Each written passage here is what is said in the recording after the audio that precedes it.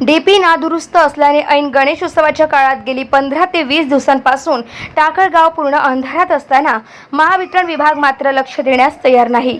पिण्याच्या पाण्यासह गावातील पिठाची गिरणी बंद असल्याने नागरिक चांगलेच वैतागले आहे। नायगाव तालुक्यातील टाकळगाव हे नायगाव महावितरण उपविभाग अंतर्गत येत असून गावातील डीपी गेली 15 ते 20 दिवसांपासून नादुरुस्त असल्याने गावकऱ्यांनी या संदर्भात नायगाव कार्यालयात लेखी तक्रारही केली। गावातील डीपी संदर्भात कोणीच बोलायला तयार नसल्याने नागरिकांकडून नाराजी व्यक्त केली आहे।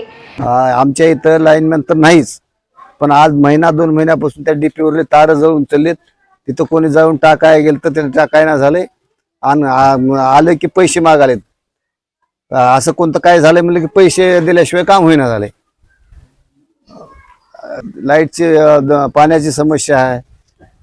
अजून इथं संध्याकाळी लाईट नसल्यामुळे चिरट जाऊन लेकरं झोपणार आहेत, रस्त्यावर झोपावं लागले। पैसे कोण मागायला त्याच्यासाठी? ते लाईनमॅन वगैरे सगळे काही गेले की पैसे गोळा करा म्हणाले।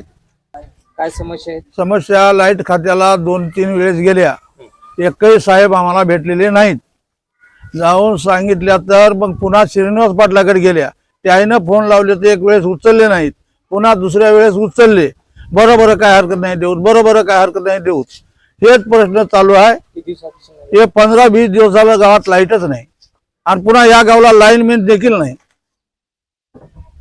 त्यामुळे एक तर गणपती, उद्या लक्ष्मी, घरी लेकरं बाळ झोपायचे, संध्याकाळला झोप नाही कोणाला, आणि पिण्याच्या पाण्याचा प्रश्न, पाणी नाही पियाला, हिऱ्याहून पाणी आणावं लागलंय।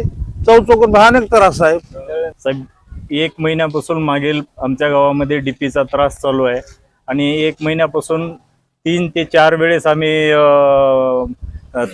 तालुक्याला आपल्या महावितरणच्या ऑफिसमध्ये जाऊन जेई साहेब असतील, तिथून खासदार साहेबाच्या ऑफिसमध्ये जाऊन श्रीनिवास पाटलांना यांना विनंती केली।